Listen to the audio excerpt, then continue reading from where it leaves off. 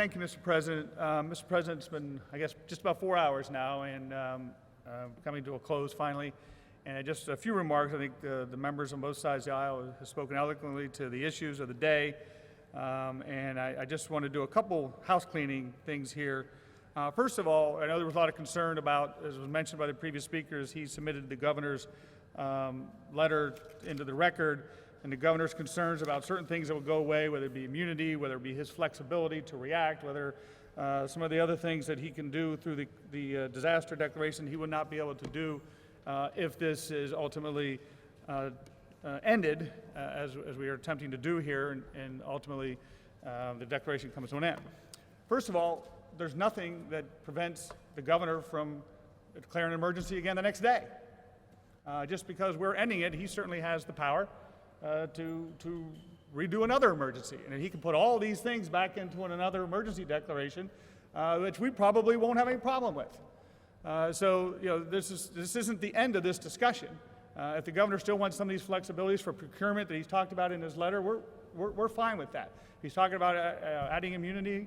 We're fine with that too. And we'll be happy to work with the administration, as we've said from day one, to work with him to achieve some of the things we think he needs to achieve during this process. And so that's an important part.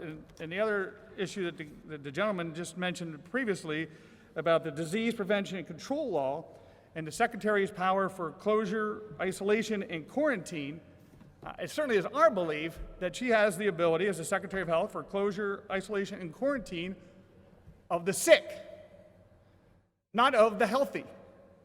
And we certainly would challenge the authority of the Secretary of Health to quarantine the healthy. And so we do believe that this resolution, once passed by the House and submitted and ultimately goes into law, that it will end the trafficking that the governor has had over our daily lives. Look, as I said, there's many things in this declaration that he can reinstitute, we will work with. Where we run into trouble and where we run into problems is the governor's executive orders that controls people's everyday life. We stop people from getting an education. We stop people from receiving health care. We stop people from congregating. We stop people from practicing religion. We stop people from supporting their families and communities financially by going to work and supporting their families. Now look, when this first happened, there was a lot of question about what we were facing with this virus. And I think a lot of people were sort of okay in the beginning with this because it was an emergency. And there was a lot of unknown. And there was fear. And when you have fear, people will tend to be okay with maybe giving up some of their civil liberties. Even though I would argue it's probably never a good idea. But when there's fear, you saw it after 9/11. 9/11, there was fear, and so the Congress quickly acted, the Patriot Act, which I think today many of us would look back and say that was not a good idea. The CIA come up with an enhanced interrogation program out of fear, which I think today we'd look back and say that's not a really good idea. And so initially, out of fear, the public didn't, with a great unknown of this virus, we're okay, maybe we'll stay home and we'll do what we have to do. And so as this transpired over the last 90 days, the people of Pennsylvania obviously got more and more frustrated as it went on, as our healthcare facilities were empty, our unemployment went way up, and so the frustration level grew. But we waited to allow the 90-day emergency to come to its conclusion. And prior to the governor enacting it, or not enacting it, but adding to it, extending it, I said to the governor, are you planning to extend this? And his reaction was, yes, that's what we do. And I said, well, we will have a concern with that. We will have a problem with extending this past the 90 days. And so that's why we're here now. And something that the governor said at his press conference when he announced that he was extending the declaration for another 90 days is something I want to mention here today. And I quote, "We suspect that we're moving into a new normal, into a post-infectious disease world, that this won't be the last infectious disease we face. We're probably going to have to act differently. We're probably going to all be wearing masks. We're probably all going to be exercising social distancing and being a little more careful in terms of touching other folks. We're trying to figure out what the new world looks like. We will do everything we can to make it as comfortable and as much as the old normal as possible, but I think that we need to recognize that the reality is that we're probably in a new phase, something new here, end quote. When I read that, I submit to you it shook me to my core and should shake you to your core. That the government, I'll say it again, the government is going to do everything it can to make you comfortable with giving up your civil liberties. You'll become comfortable with this. You know, we sit here in this beautiful chamber, and people are talking about Pennsylvania as the first state out on this resolution. I don't know if that's accurate or not, but that's been discussed. Well, you look up at Violet Oakley's great mural of the Continental Convention in Philadelphia, where they established these rights for us.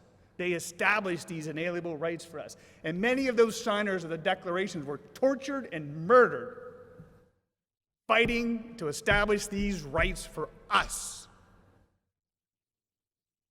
And we're going to become comfortable giving them up?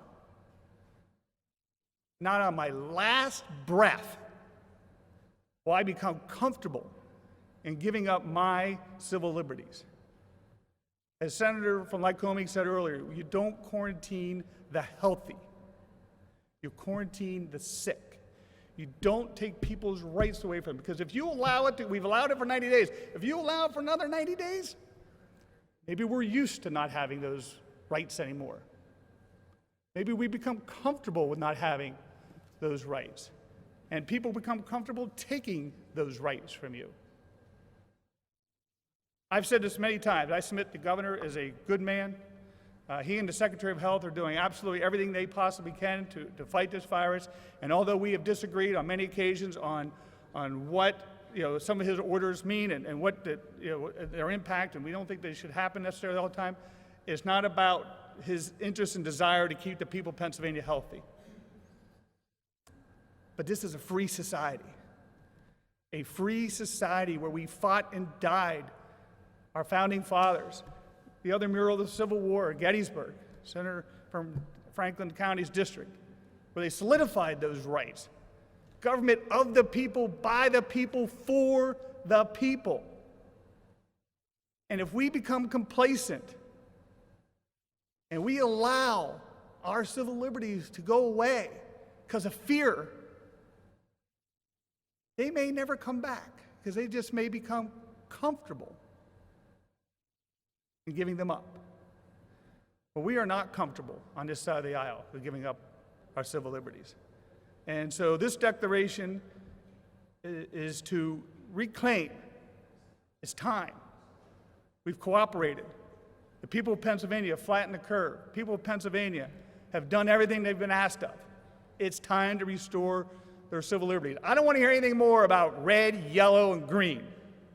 The senator from Lancaster County made a very articulate argument about even in green, there are limitations that are going to have devastating impacts. I don't want people telling me what I can do and when I can do it in a free society, my government. This is what we're doing here today. We're reclaiming our rights. It's time. The fear is over. Doesn't mean we don't have more challenges. Doesn't mean we don't stand here ready to work with the governor to continue to fight this virus. We know that it could spike up again. We know as we test more, we're going to get more cases. We know this. So we're here every day that the governor needs us to work with him to solve the problems and the challenges. But no more. No more telling us we can't go to school. No more telling us we can't get that hip replacement. We can't get that, the procedures that we might need to improve our health, to extend our lives. No more telling us we can't practice religion. No more telling us we can't congregate in groups. You know, I think all these people who are out protesting should be allowed to be out protesting. I think that the argument and the things that they're fighting for are important, and they should be allowed to have their voices heard. That is democracy. I don't want to be arguing whether they're violating a governor's order or not. They should be out there marching in the streets. That's how change happens.